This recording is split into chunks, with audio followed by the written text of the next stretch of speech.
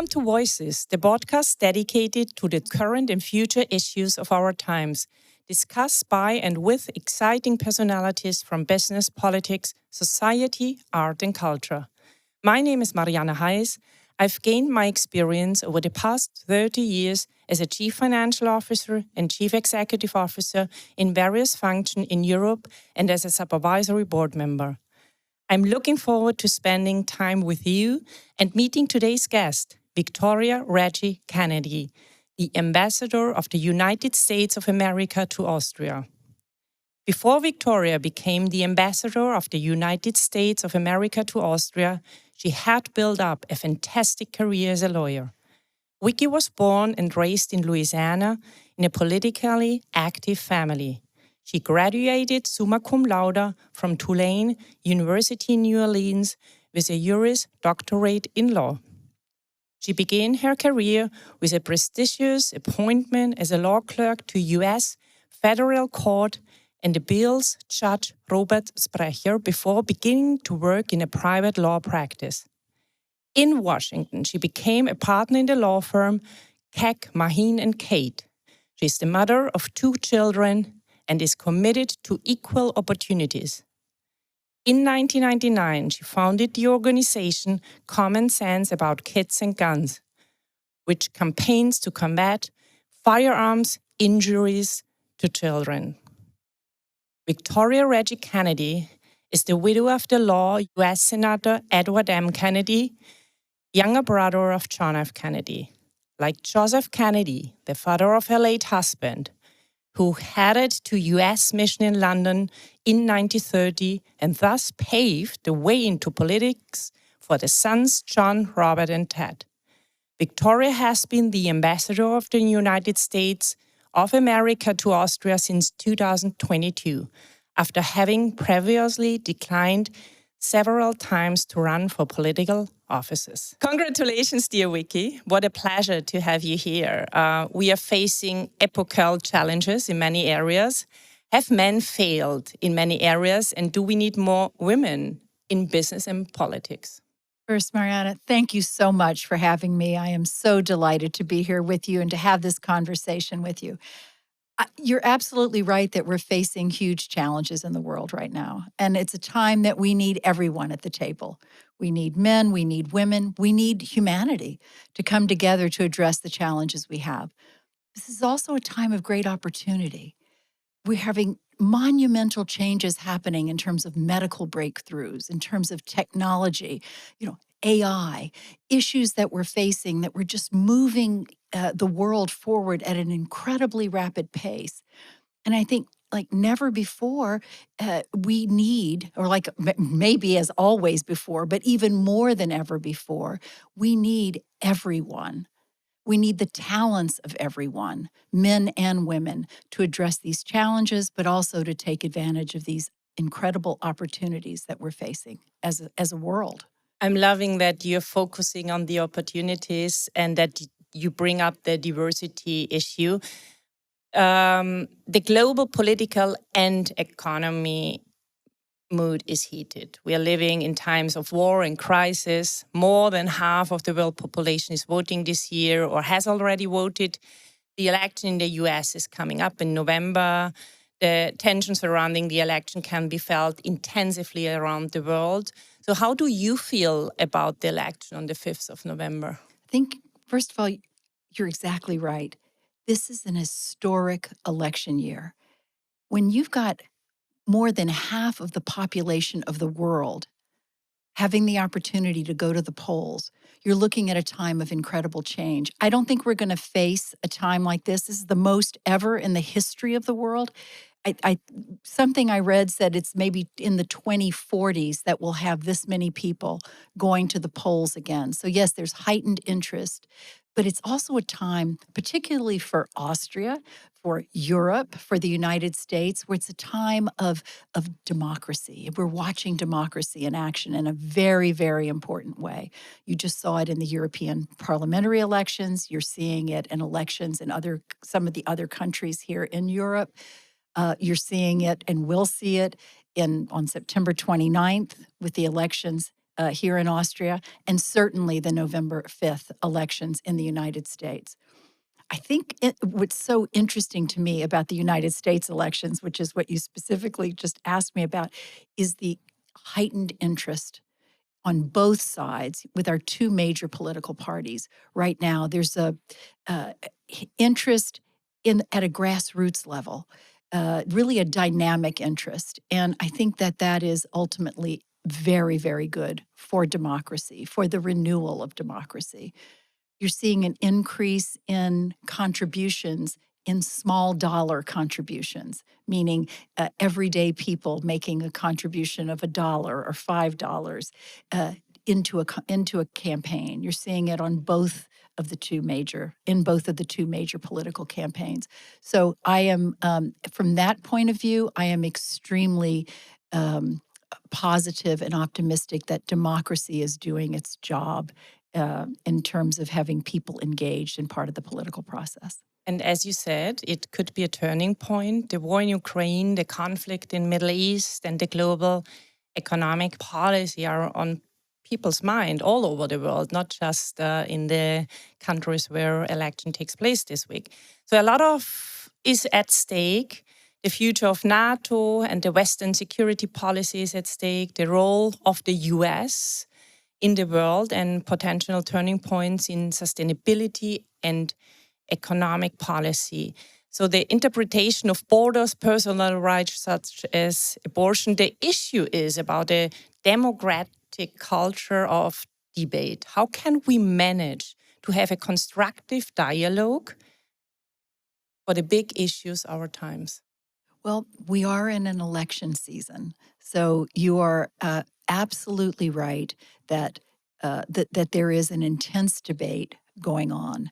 It kind of 'tis the season, but I like to look at it as a good thing that we're having this debate, but also to look at it as two levels. So you've got this intense debate that's happening publicly, and you've got, again, thinking of the United States, where you've got two different sides making their arguments loudly, because that's what we do in the United States, and openly, and having this debate that's airing out.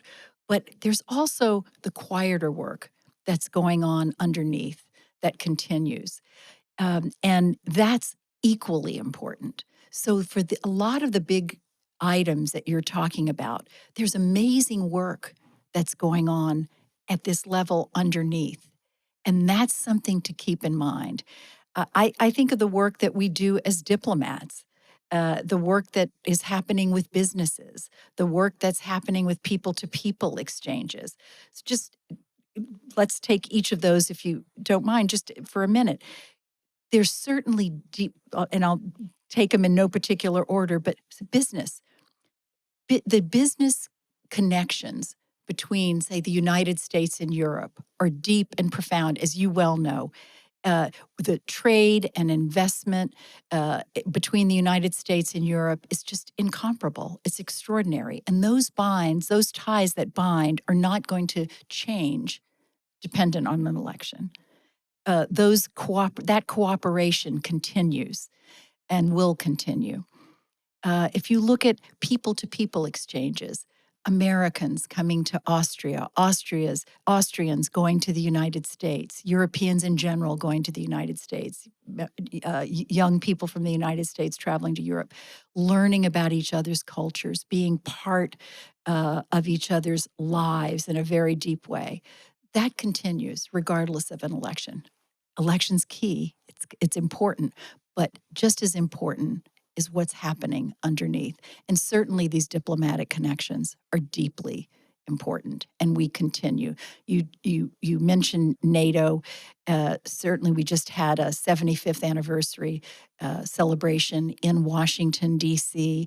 With NATO allies, the strongest and most important defensive alliance, I think, in the history of the world. Those conversations continue. They will continue. Reaffirmed support and strength. And so as I say, it's a two-tiered process, and I think that's important. And as you said, how important the democratic and communication culture, the respect is. When Bill Clinton took over the office as president in 1993, he found a letter from his predecessor, George W. Bush. The symbol describes the dignity with which past presidents like George W. Bush carried out their duties. He wrote to Bill Clinton, "I wish you well. Your success now is our country's success. I'm rooting hard for you. Good luck, George." And since then, my opinion is the dignity of this office has been cast in poor light. From 2017 to 2021, we had to live with a president who did great damage to the office. So how do you experience the debate about moral issues in the office? So first, let me say that I will have to push back for a bit on that, because I don't think that the integrity of the office is diminished. I think that the respect for the office of the presidency is great and important, and that continues. Let me also just say about George H.W. Bush, who is just a fine and decent and good human being. That letter is beautiful. But that is a tradition that we have, where an outgoing president writes a letter to the incoming president, regardless of party. So President Bush wrote a letter to President Clinton. President Clinton wrote a letter to President George W. Bush. President George W. Bush wrote a letter to President Obama. President Obama wrote a letter to Donald Trump.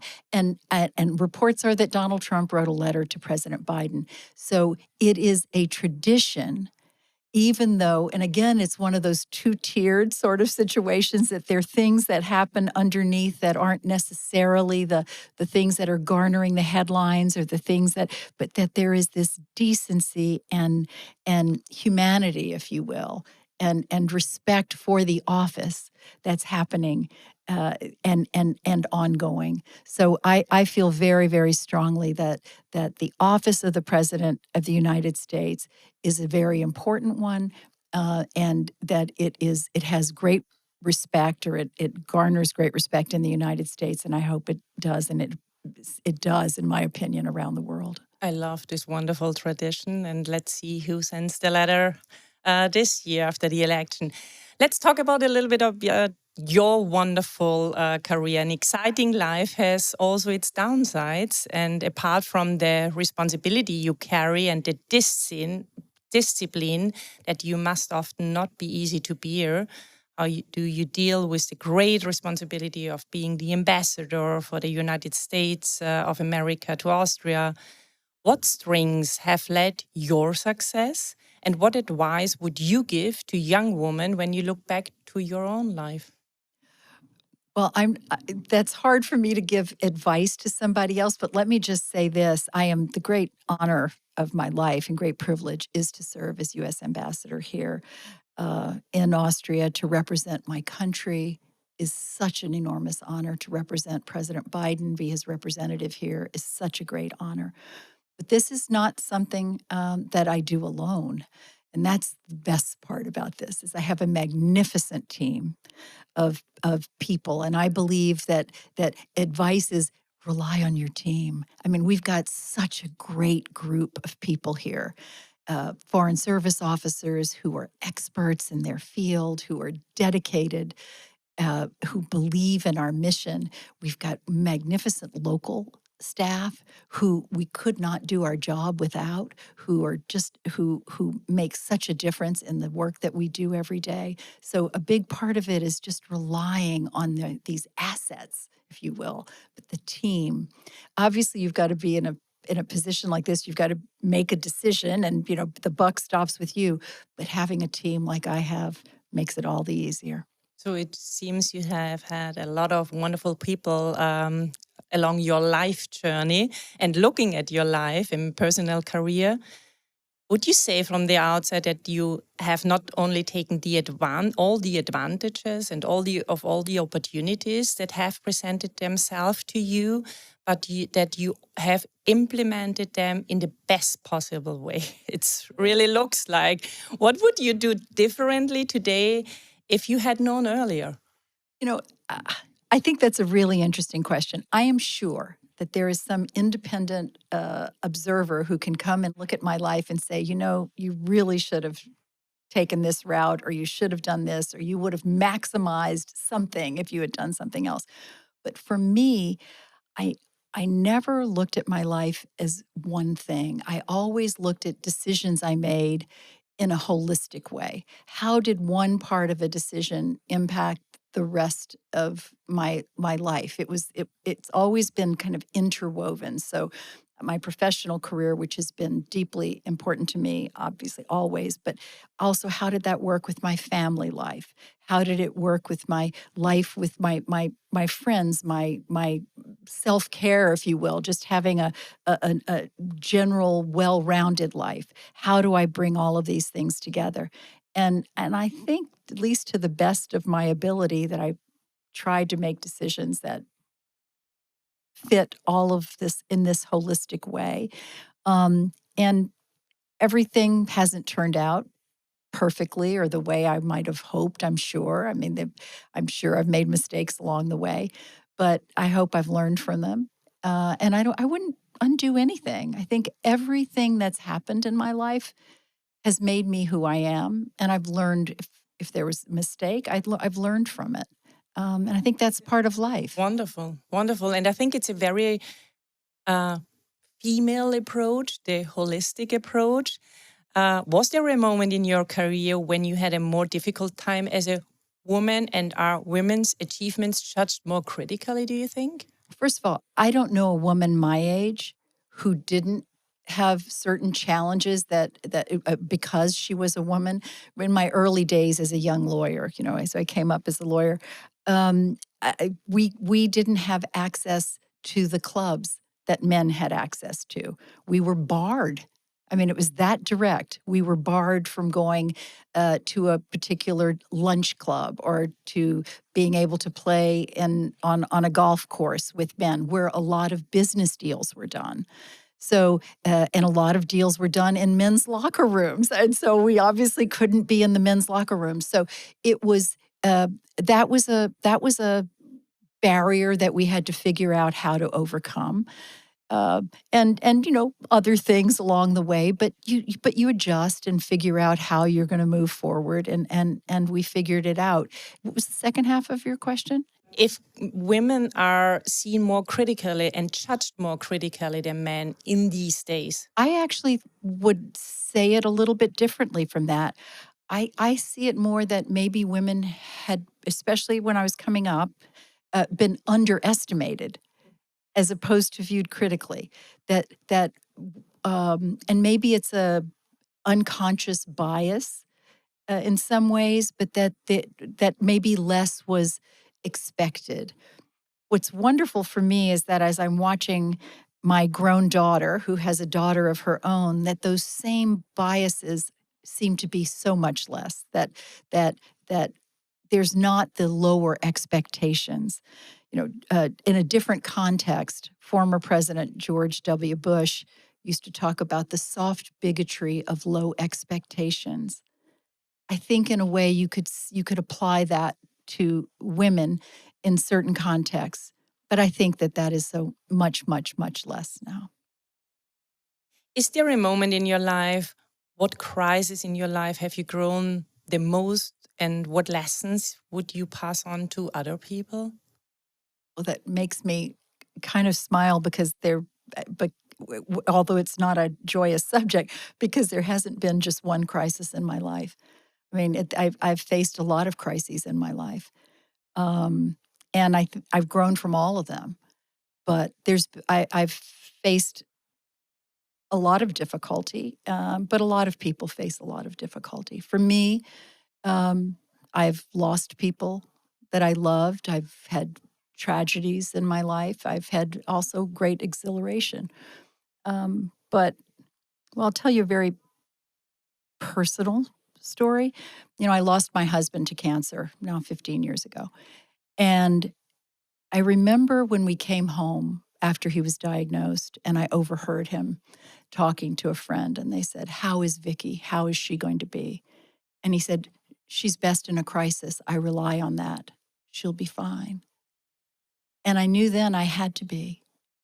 I had to be best in a crisis, that my time for my private sadness and difficulty was something else. And so I think what I learned in that moment was one foot in front of the other, not to give in to that moment and just to keep going.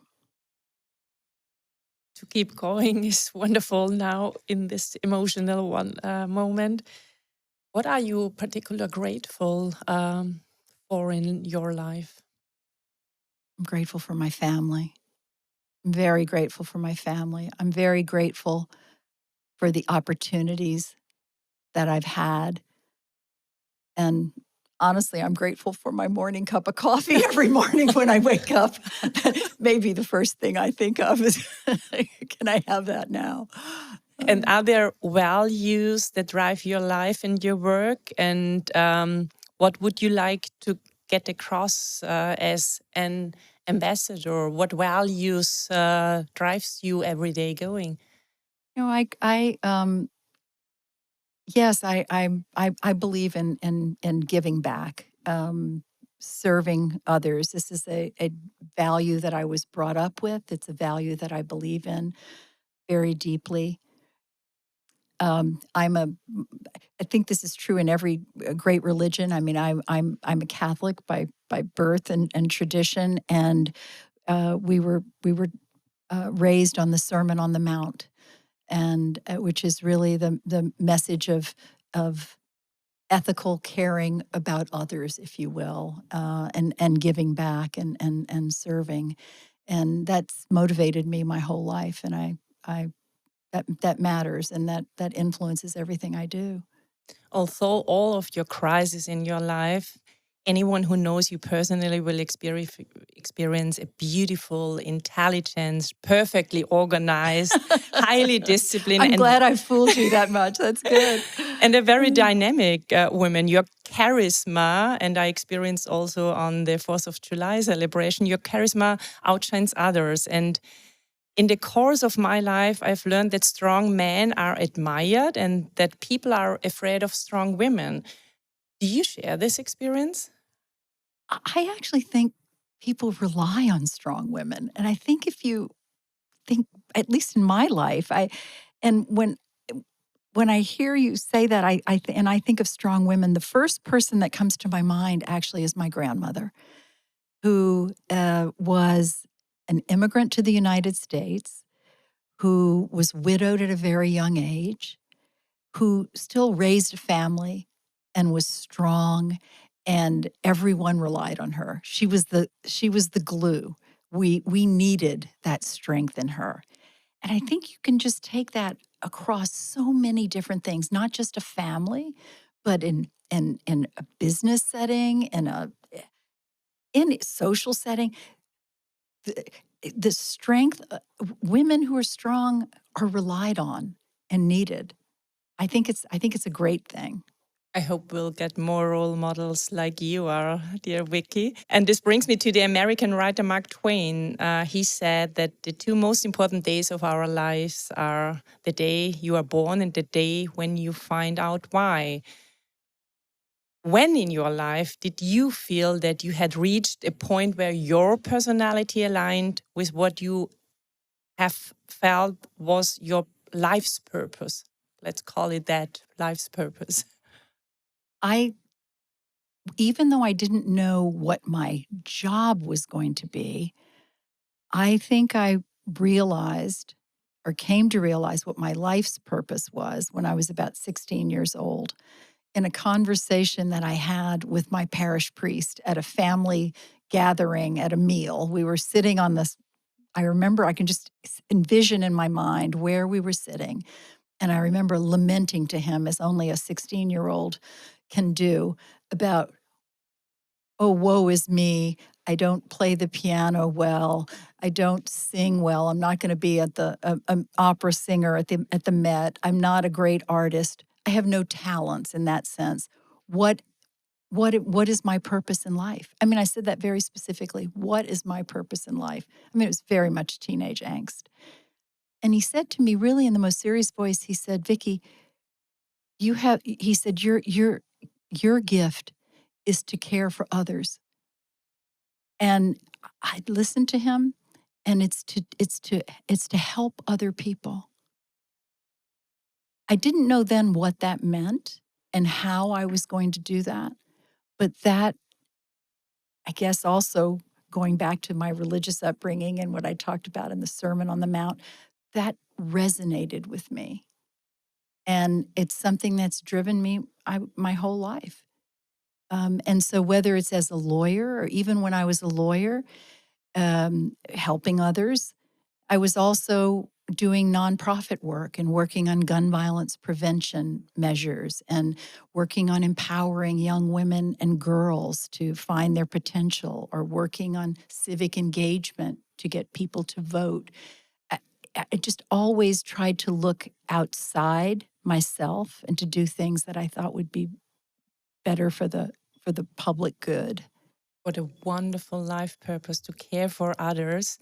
And this also brings me to your husband.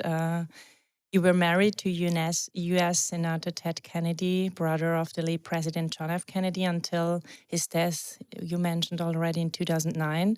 What strengths do you draw from a family with this legacy?